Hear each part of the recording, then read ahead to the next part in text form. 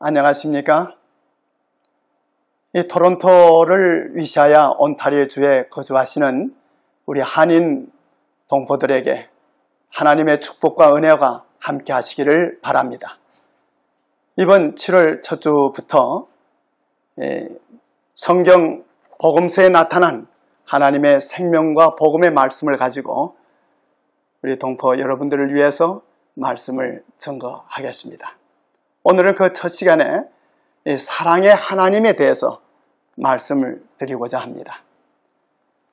이 태초에 예수 그리스도께서는 모든 창조 사업 가운데 나타나셨습니다. 이 하늘을 펴시고 이 땅의 기초를 세우신 분은 예수 그리스도셨습니다. 모든 세계를 이 공간에 달아 매시고 이 들의 꽃들을 아름답게 만드신 것은 바로 그분의 손이었습니다. 이 땅을 아름다움으로 채우시고 이 공중을 새들의 노래로 채우신 분도 바로 그분이셨습니다. 요한복음 1장 2절과 3절에 그가 태초에 하나님과 함께 계셨고 만물이 그로 말미암아 지은 바 되었으니 지은 것이 하나도 그가 없이는 된 것이 없었다고 했습니다. 그분은 땅과 공중과 하늘에 있는 모든 만물에 이 하나님 아버지의 사랑의 기별을 기록하셨습니다. 그리하여 천연계는 하나님의 사랑을 우리에게 보여줍니다. 하나님의 사랑에 대해 우리에게 말해주는 것입니다. 천연계와 이 자연계의 기묘하고 아름다운 사물들은 우리에게 하나님의 사랑과 돌보심에 대해 보여주고 있습니다. 햇빛과 비는 창조주 하나님의 사랑을 우리에게 말해주며 산과 바다와 들은 그분에 관해 이야기합니다. 하늘에 계신 우리 아버지는 우리에게 생명과 지혜와 기쁨을 주십니다. 천연계는 그 자체가 우리에게 희망과 위안의 기별을 전해줍니다. 태초에 이 지구가 창조주의 손으로 창조될 당시에는 참으로 아름다웠습니다. 그러나 죄가 하나님께서 완전하게 지으신 이 천연계의 아름다움을 망쳐 놓았습니다. 창세기 3장 17절과 18절에 보면 하나님께서는 범죄한 아담에게 말씀하시기를 땅은 너로 인하여 저주를 받고 땅이 내게 가시덤불과 엉겅비를 낼 것이라고 했습니다. 그리하여 아름다운 자연계 가운데서 이 가시덤불과 잡초들이 자라나게 됐습니다. 그러나 비록 천연계와 이 자연계에 저주가 임했다고 하지만은 아직도 아름다움이 남아 있는 것입니다. 꽃들은 잡초 속에서 피어나고 장미는 가시나무를 덮습니다. 하나님은 사랑이다라는 말은 피어나는 꽃봉오리마다 돋아나는 풀잎마다 기록되어 있습니다. 아름다운 꽃들은 향기를 풍기고 하나님께서 우리를 사랑하시고 돌보시는 것을 말해 줍니다. 마태복음 6장 28절로 30절에 들의 백합화가 어떻게 자라는가 생각해 보라. 솔로몬의 모든 영광으로 입은 것이 이 꽃 하나만 갖지 못하였느니라. 오늘 있다가 내일 아궁이에 던지우는 들풀도 하나님이 이렇게 입히시거든 하물며 너희 일까보냐라고 말씀해 주셨습니다. 또한 예쁜 새들이 행복하게 부르는 아름다운 노래소리 가운데서도 우리는 하나님이 우리의 아버지라고 말해주는 것을 듣게 되는 것입니다. 그것은 마태복음 6장 26절에 공중의 새를 보라 심지도 않고 거두지도 않고 모아 들이지도 아니하되 너희 천부께서 기르시나니 너희는 이것들보다 귀하지 아니하냐고 우리 주님의 말씀을 기억나게 하는 것입니다. 하나님께서는 하늘과 땅에 있는 많은 사물을 통해 우리의 마음을 당신께 붙들어 내시는 것입니다. 그분은 인간의 마음으로 느낄 수 있는 가장 깊고 부드러운 사랑으로 우리에게 당신 자신을 나타내십니다. 그러나 천연계의 모든 것들이 그분의 사랑을 나타내기에는 부족한 것이었습니다. 비록 하나님께서 그 모든 것들을 사람들을 위해 아름답게 창조해 놓으셨다고 하더라도 사단은 이 모든 것들을 망쳐 놓았던 것입니다. 뿐만 아니라 선의 원수 사단은 우리의 마음을 어두워지게 했습니다. 하나님은 공의와 지대한 위엄에 하나님이신 까닭에 사단은 사람들에게 하나님을 가혹하고 용서하지 않으시는 분으로 생각하게 했습니다. 그리고 두려움과 공포감을 가지고 그분을 대하도록 했습니다. 사단은 사람이 하나님을 동정심이 없는 가혹한 재판관처럼 생각하게 하고자 노력했습니다. 사단은 창조주께서 사람들에게 벌을 주기 위해 언제나 그들의 실수를 지켜보고 있다고 속삭입니다. 뿐만 아니라 사단은 하나님을 이기적이고 억압적이며 이 모든 것을 요구하시면서도 아무것도 주지 않으시는 분으로, 또 자기의 영광을 위해 사람에게 무조건 봉사는 강요하나 사랑을 위해 아무런 희생도 하지 않으신 분으로 나타냈습니다. 그러나 성경은 우리들에게 하나님의 성품을 보여주며 하나님께서 당신의 자녀들을 행복하게 해주기를 원한다는 사실을 우리에게 깨닫게 해줍니다. 하나님께서 당신의 아들을 우리를 위해 주신 사실이 하나님의 사랑의 마음을 나타내신 것입니다. 성경은 하나님의 사랑의 성품을 말해줍니다. 하나님께서는 성경을 통해 친히 당신의 영원한 사랑과 자비를 우리에게 말씀하십니다. 성경 출애굽기 33장 18절과 19절에 보면 모세가 주의 영광을 내게 보이소서라고 기도하자 여호와께서는 내가 나의 모든 선한 형상을 내 앞으로 지나가게 하리라고 대답하셨습니다. 하나님의 선하심과 인자하심은 그분의 영광입니다. 출애굽기 34장 6절과 7절에 하나님께서 당신을 나타내어 말씀하시기를 여호와로라 여호와로라 자비롭고 은혜롭고 노하기를 더디하고 인자와 진실이 많은 하나님이로라. 인자를 천대까지 베풀며 악과 과실과 죄를 용서하신다고 하셨습니다. 세상은 하나님에 대한 오해로 말미암아 어두워져 있습니다. 어물한 그늘이 밝아지고 세상이 하나님께로 돌아가도록 하기 위해서는 사단의 이 기만적 세력이 깨어져야만 했던 것입니다. 하나님은 사랑이심으로 피조물인 사람에 대해 사랑의 봉사를 원하시는데 사람은 이 명령이나 폭력으로 이루어지는 것은 아닌 것입니다. 사랑은 오직 사랑으로만 일깨워지는 법인 것입니다. 만약 사람이 하나님을 진정으로 알게 되면 사람이 하나님을 자연적으로 사랑하게 되는 것입니다. 그리하여 하나님께서는 당신의 사랑을 나타내시기를 바라셨습니다. 그런데 하나님의 사랑을 나타내실 분은 이 온 우주 가운데 오직 한 분만 밖에 계시지 않는 것입니다. 이는 하나님의 사랑의 높이와 깊이를 아시는 분만이 그것을 드러낼 수가 있는 것이었습니다. 사도 바울은 빌립보서 2장 5절과 6절에 기록하기를 너희 안에 이 마음을 품으라. 곧 그리스도 예수의 마음이니 그는 근본 하나님의 본체시라고 했고 예수께서도 친히 요한복음 17장 26절에 말씀하시기를 내가 아버지의 이름을 저희에게 알게 하였고 또 알게 하리니 이는 나를 사랑하신 사랑이 저희 안에 있고 나도 저희 안에 있게 하려 함이니라고 했습니다. 성경은 하나님이 우리를 사랑하신다는 것을 말해줍니다. 옛 이스라엘 백성을 향한 하나님의 사랑에 대해 이 선지자 이사야는 이사야 63장 8절과 9절에 기록하기를 여호와께서 말씀하시되 그들은 실로 나의 백성이요 거짓을 행치 아니하는 자녀라 하시고 그들의 구원자가 되사 그들의 모든 환난에 동참하사 자기 앞에 사자로 그들을 구원하시며 그 사랑과 그 긍휼로 그들을 구속하시고 옛적 모든 날에 그들 드시며 안으셨다고 했습니다.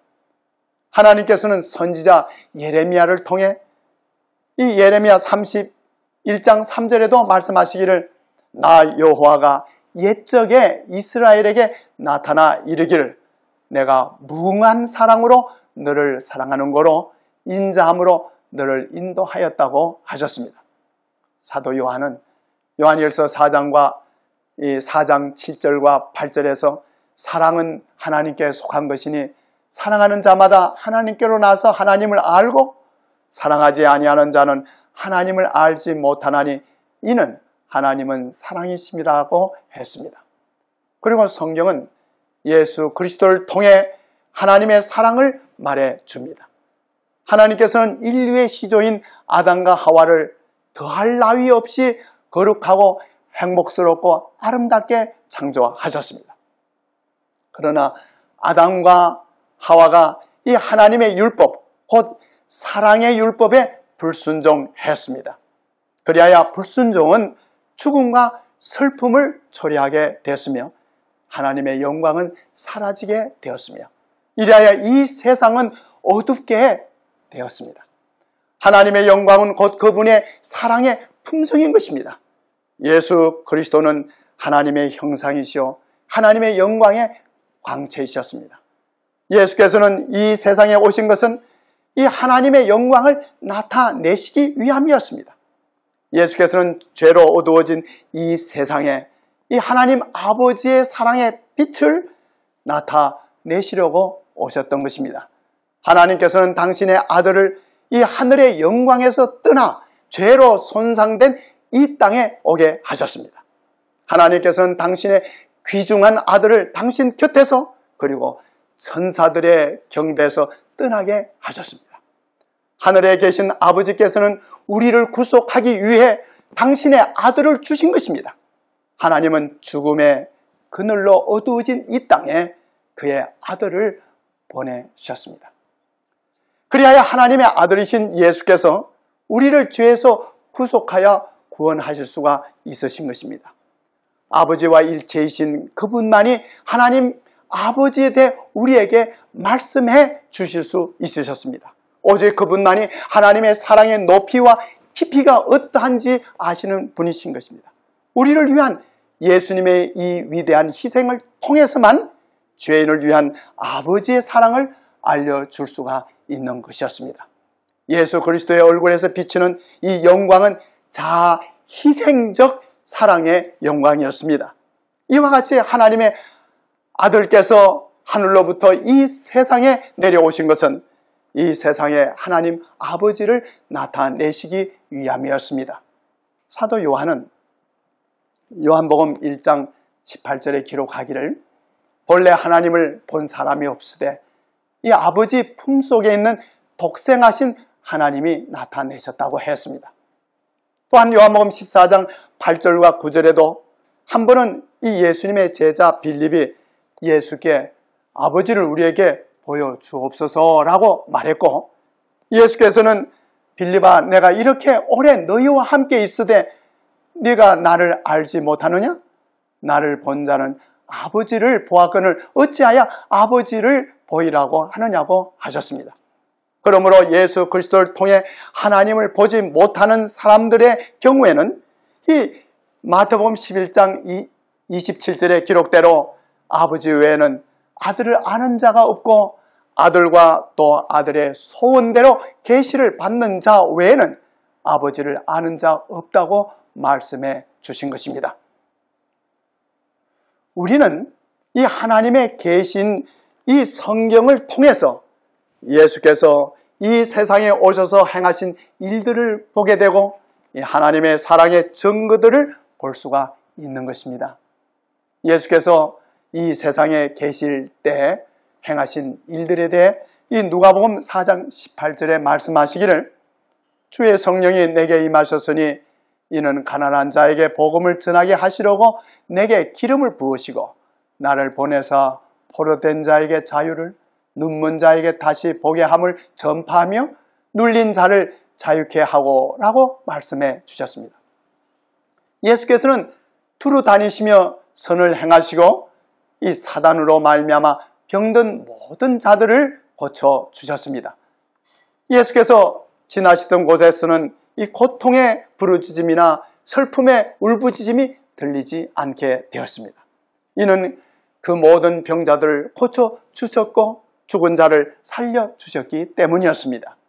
그리하여 예수님의 사업은 그분이 아버지 하나님의 사랑을 나타내시기 위해 하늘에서 내려오셨다는 것을 보여주신 것입니다. 예수님의 생애 온갖 행동에 사랑과 자비와 그리고 동정이 나타나셨습니다. 하나님의 아들이신 예수께서는 지상의 자녀들인 인류를 위해 부드러운 사랑과 인자하심을 나타내셨습니다. 그분은 이처럼 온화하고 친절하고 인정 깊으신 분이셨습니다. 그리하여 아무리 가련하고 비천한 자라도 그분께 나아가기를 두려워하지 않았던 것입니다. 비록 작은 아이들이라도 그분께 나오기를 원했습니다. 아이들은 그분의 무릎 위에 올라앉아 인정 있고 애정 어린 그 얼굴을 쳐다보기를 좋아했던 것입니다. 예수께서는 진리의 말씀을 하나라도 숨기지 않으시고 항상 사랑으로 말씀하셨습니다. 그분은 결코 무례하지 않으시고 함부로 가혹하게 말씀하지도 않으셨습니다. 그분은 어떤 사람에게도 마음을 상하게 하지 않으셨습니다. 그분은 사람들의 약점을 비난하지 않으셨습니다. 그리고 사람들이 그들의 구주를 배반하였을지라도 그분은 그들을 끝까지 부드러운 동정으로 대하셨습니다. 요한복음 13장에 보면 가룟 유다가 이 당신을 배반하여 팔 줄을 아시고 21절에 예수께서 심령에 민망하여 전가하여 가라사대 내가 진실로 너희에게 이르노니 너희 중 하나가 나를 팔리라고 하셨고 1절에서는 예수께서 자기가 세상을 떠나 아버지께로 돌아가실 때가 이른 줄을 아시고 세상에 있는 자기 사람들을 사랑하시되 끝까지 사랑하셨다고 하셨습니다. 예수께서는 하나님의 가족의 각 사람을 부드러운 사랑으로 보셨습니다. 그 모든 사람들이 그분의 눈에는 귀중하게 보이신 것입니다. 마태복음 16장 26절에 보면 주께서는 사람의 가치를 온 천하보다 귀하게 여기셨습니다. 그분은 그들 모두를 구원받아야 할 죄 많은 사람들로 보시고 부드러운 동정과 사랑을 보이셨습니다. 그분이 사람들의 거짓과 불신과 죄를 꾸짖으실 때가 있으셨는데 그때 그분의 음성에는 슬픔이 서며 있었습니다. 누가복음 19장 41절에 보면 가까이 오사 성을 보시고 우시며라고 했는데 이는 예루살렘의 백성들이 그분을 거절했을 때 주께서는 사랑하시는 성 예루살렘 성을 바라보며 눈물을 흘리셨던 것입니다. 이처럼 하나님의 사랑의 강물은 육신으로 나타나신 그분의 아들을 통해 흘러내린 것입니다. 뿐만 아니라 하나님께서는 우리를 구원하시기 위해 그분의 아들로 하여금 고통과 수치와 정오와 그리고 죽음을 당하게 하셨습니다. 이사야 53장 5절에 보면 선지자 이사야가 예언하여 이르기를 그가 징계를 받음으로 우리가 평화를 누리고 그가 채찍에 맞음으로 우리가 남을 입었다고 했습니다. 예수께서는 이 땅에서 생애하시고 고난당하시고 마침내 십자가에서 죽으셨습니다. 그분은 엄청난 대가를 지불하시고 크신 희생 제물이 되셨습니다. 그리하여 우리는 하나님의 사랑을 겟세마네 동산의 예수, 십자가상의 예수를 통해 보게 되는 것입니다. 거기서 완전하신 하나님의 아들이 우리의 죄를 몸소 담당하시고 십자가에 죽으셨습니다. 이는 하나님의 사랑의 증거인 것입니다. 이 사실은 죄에 대한 하나님의 증오심은 죽음처럼 강하나 죄인에게 대한 사랑은 죽음보다 더 강한 것을 나타내신 것입니다. 사도 요한은 요한일서 3장 16절에 기록하기를 그가 우리를 위하여 목숨을 버리셨으니 우리가 이로써 사랑을 알게 되었다고 했습니다. 그리고 우리가 알아야 할 사실은 하나님의 아들이 당신의 생명을 주셨기 때문에 하나님께서 우리를 사랑하시는 것이 아니라는 것입니다. 하나님께서는 세상을 사랑하시기 때문에 당신의 독생자를 주셨습니다. 그분은 우리를 너무도 사랑하셨기 때문에 당신의 아들을 주셔서 돌아가게 하신 것입니다. 사도 요한은 요한복음 3장 16절에서 하나님이 세상을 이처럼 사랑하사 독생자를 주셨으니 이는 저를 믿는 자마다 멸망치 않고 영생을 얻게 하려 하심이라고 했습니다. 요한일서 4장 10절에도 사랑은 여기에 있으니 우리가 하나님을 사랑한 것이 아니요 오직 하나님이 우리를 사랑하사 우리 죄를 위하여 화목제물로 그 아들을 보내셨다고 했습니다. 그리고 사도 바울도 로마서 5장 8절에서 우리가 아직 죄인 되었을 때 그리스도께서 우리를 위하여 죽으심으로 하나님께서 우리에게 대한 자기의 사랑을 확정하셨다고 했습니다. 또한 이 하나님의 사랑의 높이와 깊이와 넓이를 깨달은 요한도 요한일서 3장 1절에 보면 보라 아버지께서 어떠한 사랑을 우리에게 주사 하나님의 자녀라 일컬음을 얻게 하셨는 거라고 말했습니다. 우리의 시조가 죄를 지음으로써 인류의 가족은 사단의 백성이 되었습니다. 그러나 그리스도와 우리를 위한 그분의 죽음을 믿는 이 믿음을 통해서 우리는 하나님의 자녀가 되는 것입니다. 갈바리의 십자가에서 사랑과 이기심이 서로 대립했습니다. 예수 그리스도께서는 이타적인 사랑을 나타내셨고 사단은 예수를 죽임으로써 하나님께 대한 그의 증오심을 나타냈습니다. 예수께서 십자가의 죽음으로 보여주신 이 하나님의 사랑에 대한 생각은 우리의 마음을 하나님께로 가까이 이끌게 하는 것입니다. 예수께서도 친히 이 요한복음 12장 32절과 33절에 내가 땅에서 들리면 모든 사람을 내게로 이끌게노라고 하시니 이렇게 말씀하시면 자기가 어떠한 죽음으로 죽을 것을 보여주셨다고 했습니다. 이처럼 우리는 십자가에서 죽으신 예수님을 통해 주님의 무한한 사랑과 이 부드러운 자비의 증거를 보게 되는 것입니다. 하나님을 사랑하지 않는 세상을 위한 그분의 위대한 사랑에 관하여 생각하는 이 일은 참으로 놀랍고 축복된 일인 것입니다.